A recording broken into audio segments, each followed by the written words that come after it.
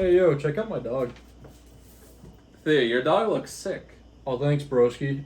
He's a Cocker Spaniel, Doberman Great Dane, German Schnauzer mix, with a bit of sauce. What is he holding? Oh, Super Mario 3D World plus Bowser's Fury. It's his favorite chew toy. Do I chew this? No, what the fuck? How yins doing? Super Mario 3D Land was kind of a disappointment in my eyes, but it did make Nintendo money. They were hoping that a 3D Mario could help save the then dying Wii U. It wouldn't. The game starts off with Princess Peach not getting kidnapped and they find a clear pipe. So for the first time, the Mario Bros actually used their plumbing skills to fix the pipe. A fairy appears saying Bowser has kidnapped the rest of the fairies and then gets kidnapped by Bowser herself. It's incredible storytelling. I get to the overworld, and it's kinda like 3D Land's overworld, but you can move around in any direction. The levels are still laid out as if they were in a 2D Mario game, but the levels themselves are just bigger sandboxes from 3D Land. Because this game is just a bigger Super Mario 3D Land.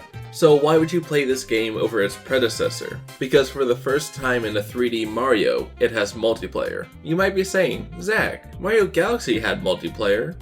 Player 2 was a pointer on the screen. All they could do was collect star bits and shoot them out. Do you really count this as multiplayer? But I don't have any friends. How am I going to show off its multiplayer capability? Does that not smell like chloroform? No. Oh. How about this one? Hey, you're getting kidnapped. I'm God? Alright, sit down. Alright, stay here. I need to kidnap one more person. Oh, Sam, you're already here. I was gonna kidnap you next, but that just makes it easier. What are we here for, Zach? Listen, I need all three of yens to play Mario 3D World with me. Green sus. Green sauce. I thought green sauce. What's in it for us? Whoever does best does not need to be in the next video.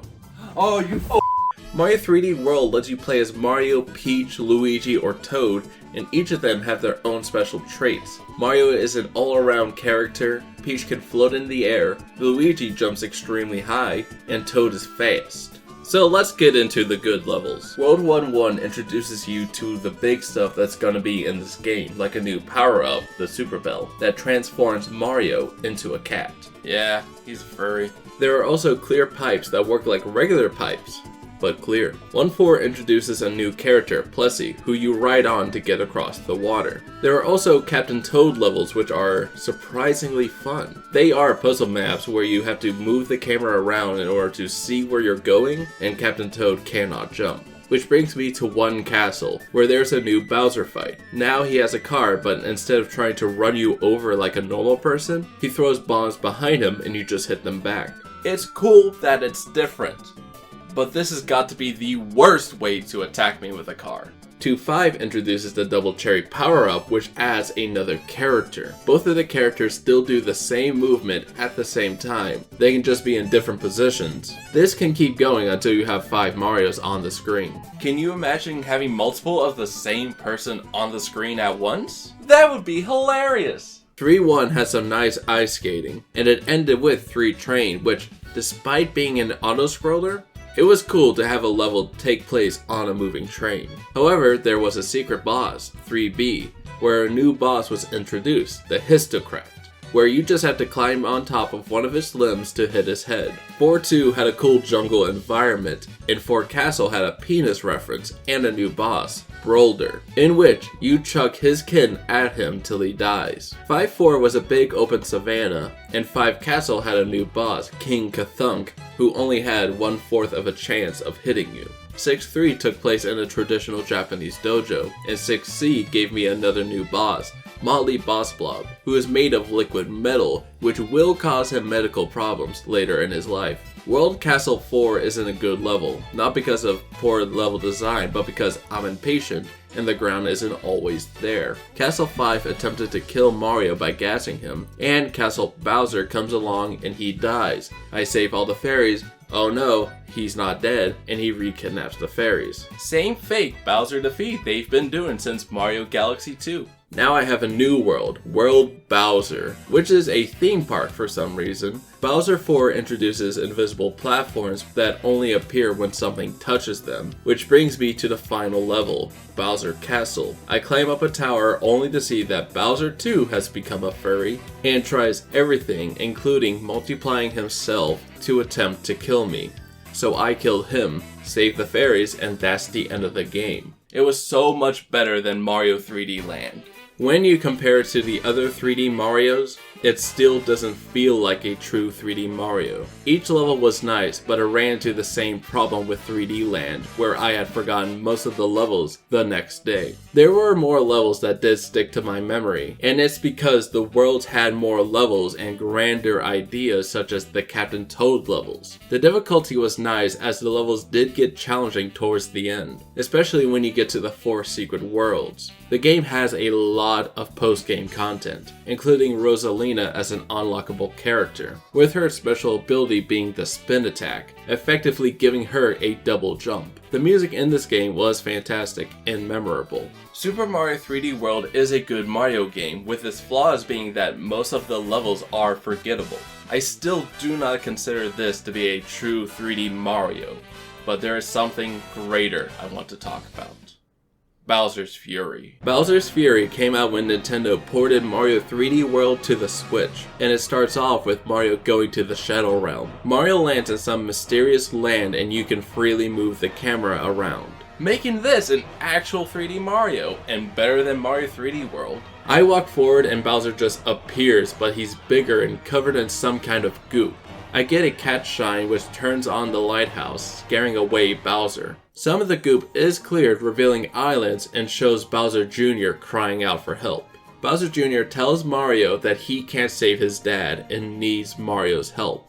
Mario, being the sworn enemy of Bowser, agrees to help him, and Bowser Jr. comes along for the ride. What's amazing is that the islands are the levels, but the way you enter these levels are different. In 3D World, you had to go to the overworld, walk up to a level and hit A, and it's a whole process. In Bowser's Fury, you just walk, and you're in. Each level has 5 cat shines for you to collect, and they all share the same objectives, such as collect 5 cat shards, get to the lighthouse, and have Bowser destroy blocks. Speaking of which, Bowser shows up once every couple of minutes, all Godzilla-esque, and attempts to kill you with falling fireballs and breathing a big beam of fire. The only way to make him leave is to get a cat shine, wait him out for a couple of minutes, and another thing that I'll get into later. But what are the islands, and are they actually good? Scamper Shores is the first one, and it isn't that special. It just helps you get used to the controls. Pounce Bounce Isle had a bunch of jump pads, and Fort Flaptrap had red-blue panels over lava. Complete these 3 and you get to fight Fury Bowser. You do this by using the Giga Bell, turning yourself huge and engaging in a kaiju battle. Beat him and more of the goop clears, revealing more islands and Plessy. Plessy helps you go from island to island. The new levels are Slipscape Slope, where you ice skate on spikes, Flosswide Coliseum, which was just Mini-Boss the Island, Trickery Towers, which had the invisible platforms you had to be touching to see, and Crisp Climb Castle, where you crisp climb a castle. Defeat Bowser and the rest of the islands open up. Rolling Roller Isle is the hardest island as it's rotating blocks over lava. Pipe Path Tower had, get this, pipes. Risky Whisker Island was just a bunch of donut blocks, and the final island, Mac Magmeow, which was just a volcano. After collecting all of the possible shines, you fight Fury Bowser, curing him and turning him into Giga Bowser. He collects all 3 Giga Bells, and you use Plessy to stop him. Plessy gets the Giga Bells, crushing Bowser, and you get right back into the game because now there are 20 more shines to get. Getting the last 20 shines, you fight Fury Bowser, who's now white, and redo the Giga Bowser fight, truly killing him, and that's the end of the game. This is almost peak 3D Mario. Bowser's Fury was fantastic start to finish. The fact that there was no overworld and you can just walk onto the levels is what put this game above the rest of the Marios. The game's mechanic of having a powerful enemy appear at intervals is great, as it gives you a sense of fear once it starts raining, as you knew there was nothing you can do to stop it. The music was beautiful and overall the game was great, but as everything should, it has flaws. The islands themselves were small and were about the size of a 3D land level. There should have been more original objectives for shines instead of the same 7 objectives they used for every island. The biggest flaw is that the game is short. Most people can beat it in less than 3 hours, and it's short probably because this is just a test game from Nintendo to see if they took Mario in this direction, will people love it or not. I believe that if they took this game, made it bigger, and gave us more unique objectives, we could see the best 3D Mario game. Overall, Theo, this is a pretty good chew toy for your cat. Keep my wife's name out of your